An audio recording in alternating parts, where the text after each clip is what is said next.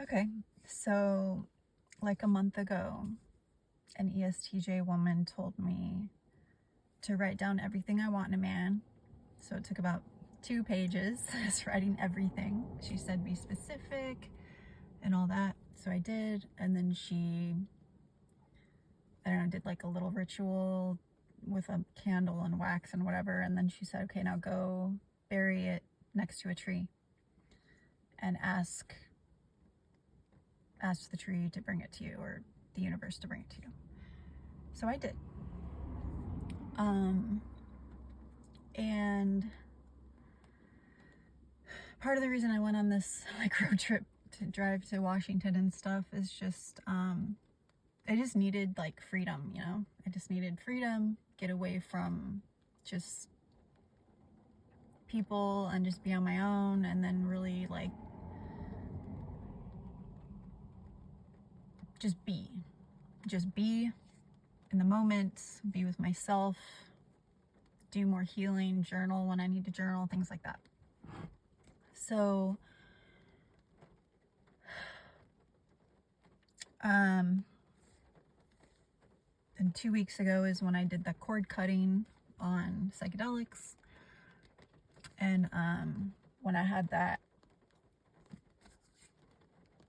way out of line emotional reaction from the ENFP, like basically accusing me of stalking him or whatever, that was the extra oomph I needed to like fuck you, I don't need this shit, and I blocked his ass.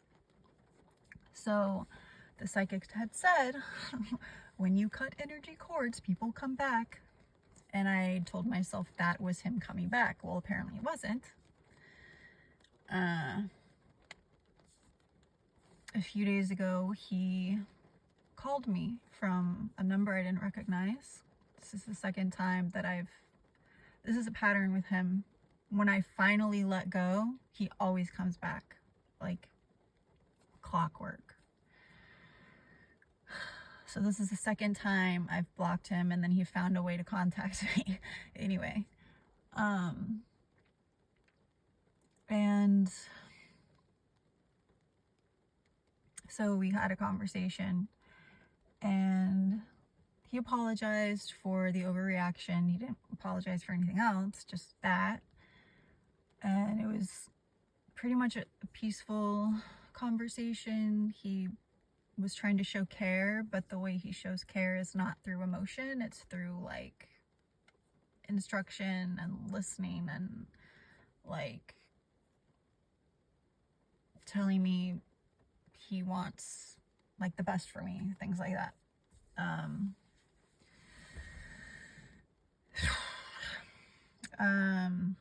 Yeah, like I wrote notes a little bit during it, and then I journaled a little after it, so I didn't forget important things, like, and paid attention to how I felt.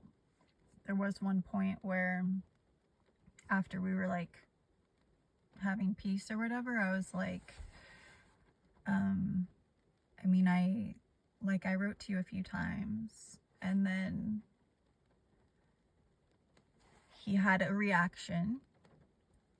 I would call it an emotionally immature reaction, where, you know, his emotions got more intense, and he basically reacted in a way that was like, well, you didn't talk to me for a whole year, and so I'm not just here to just like respond to you whenever you want or something, as if he forgot why I didn't talk to him for a whole year. But I knew there was no point in saying anymore, because you can only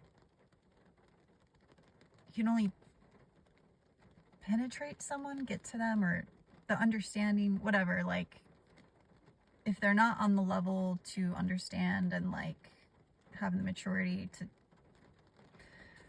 it just didn't make sense to say anything other than what I said. I said, okay, because I understood that's really the only response to have there.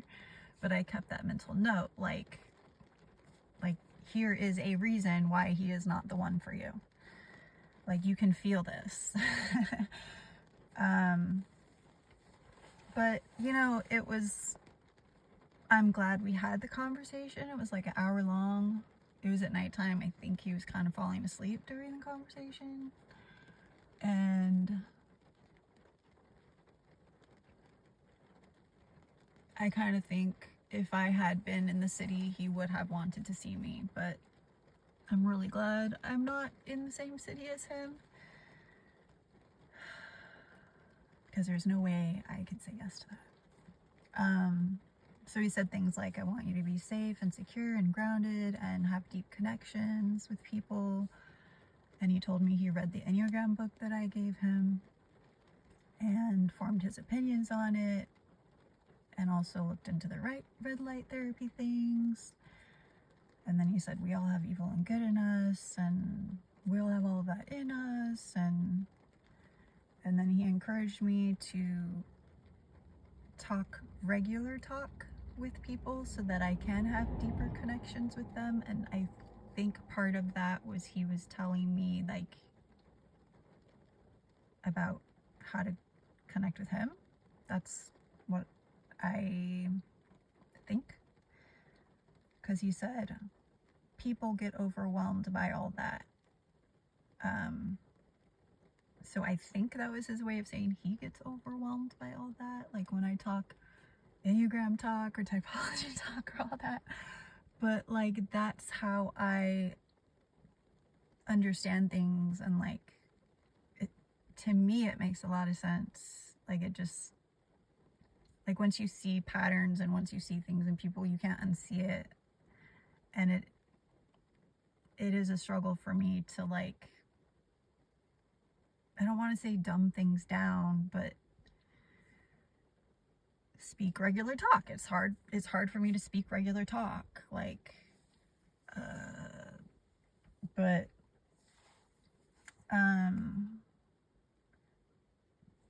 my feeling when he says that to me is like, I feel like, okay, but you're not accepting me for who I am.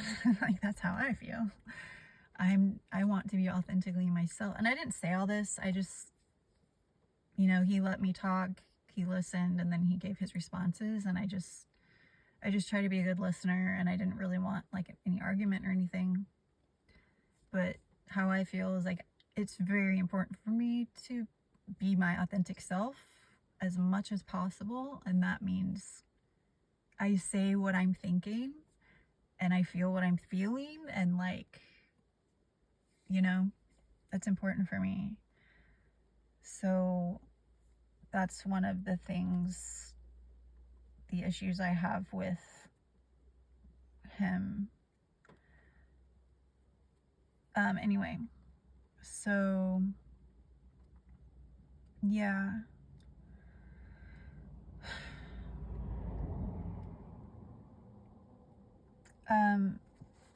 So I was journaling, and it felt like a peaceful reconciliation, like, and you know, I'm talking to someone new. It's been, I don't know, almost a week, and they are an ENFP, but like a really, really healthy one. And he seems to be everything that I wrote down and gave to the tree to say, this is what I want. So basically it feels like a gift from the universe. And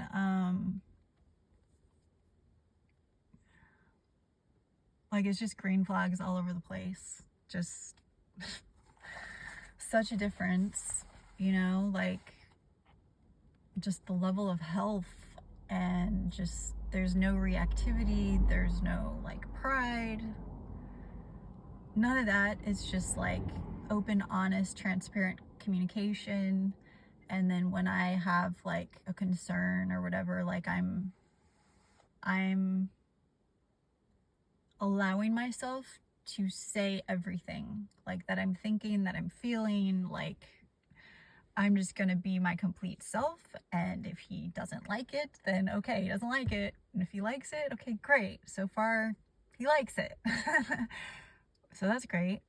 And yeah, like when I have a concern and I feel a little scared, like, how's he gonna react to this? He just says like the perfect thing. There's no like getting angry at me or anything like that.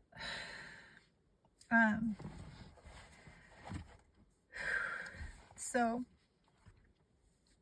you know, I was listening to some tarot videos this morning, some really good ones that were really resonating with me.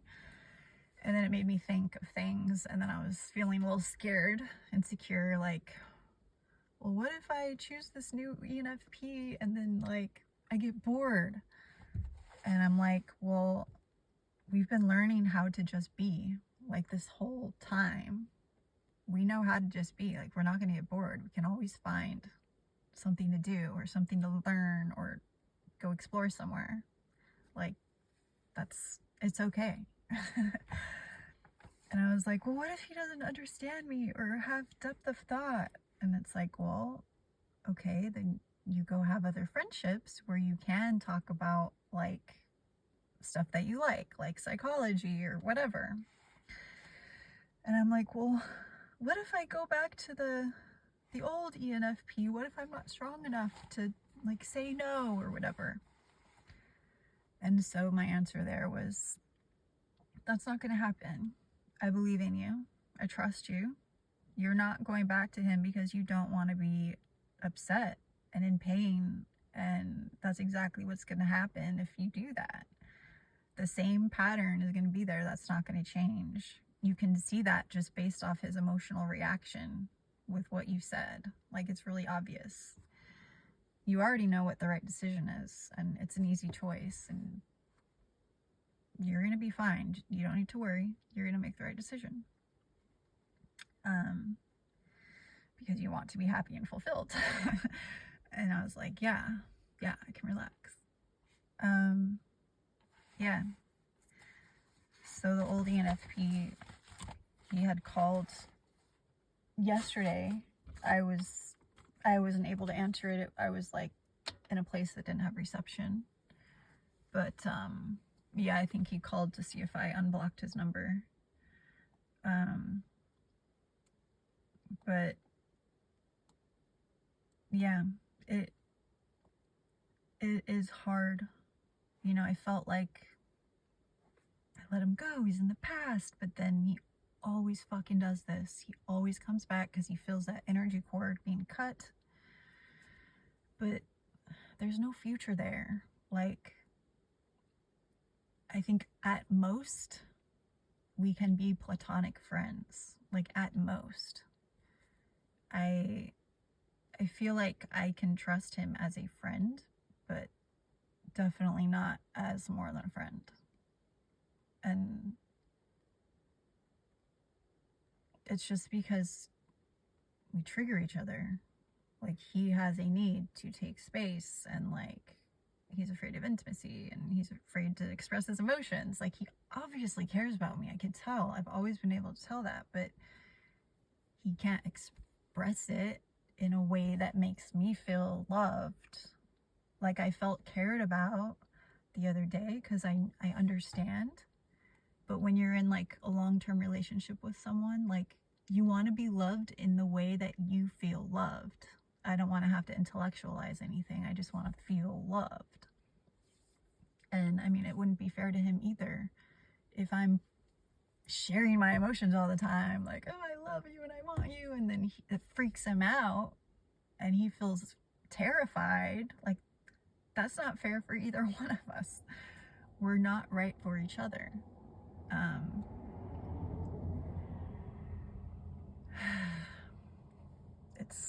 It's hard because the love is there. Like, I can feel it. Like, the love will always be there, but there's no fulfillment for me there. There's no happy ever after for me there. With the new ENFP, like, I can see that there could be a happy ever after for me there. Like, it's just checking all the boxes. Like, there's no red flags at all. I can feel the energy. It just feels so clean. His energy feels so clean and open, and like when you're in a stuffy room and you open, like you go outside and then it's just like this nice fresh breeze with like trees, like it just feels clean and fresh and real and easy. Relationships are supposed to be easy. I mean, I'm sure down the line there'll be something, but when you have two people who are emotionally mature enough to like talk things out in a healthy way, like in a peaceful, respectful, open way, not hide anything. I mean, there really doesn't have to be any like arguments. It's just a discussion, peaceful discussion, and then you just like you have respect for each other. It's easy. And this is how I've always kind of like imagined was possible. And like he said something to me like through text, and I felt like I started crying. It was like my worth wound, you know? And so I texted him. I said, like, thank you for saying that. Like, I'm crying right now. I'm not used to being treated this way. And he was like, of course. He just, the way he says it, it's like, of course you're worthy. Like, of course you're worthy of all this. Like, when you're in a relationship with someone, like I give you the world. Like, you deserve the world and all this. Like, and it's like, wow.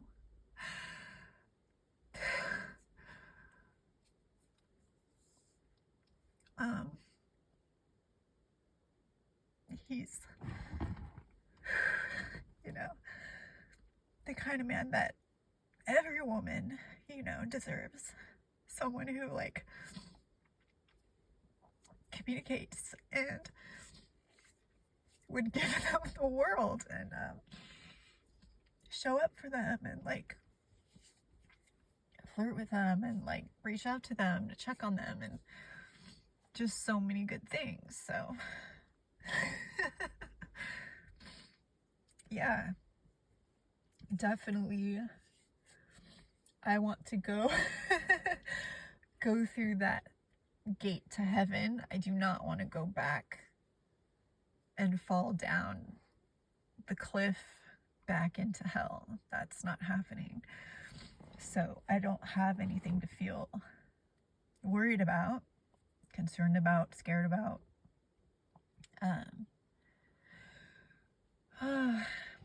So yeah, just to the people out there struggling, like,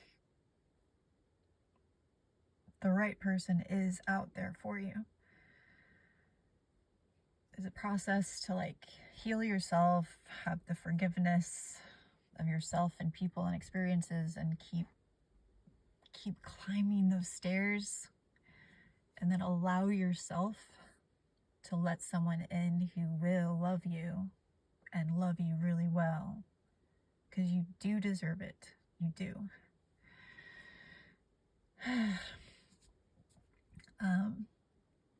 And yeah, make sure, like the psychic said, make sure you've done enough healing so that when those people come back into your life who you tried to release the energy from, that you have that stability within yourself, and you won't go back to that. You don't want to go back to that. You don't. Yeah, it is possible to love a person and have boundaries and standards and not allow yourself to go back to things that do not serve your highest good.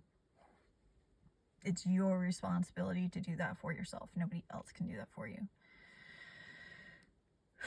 So happy, happy, happy, happy. Keep going forward. Keep your eye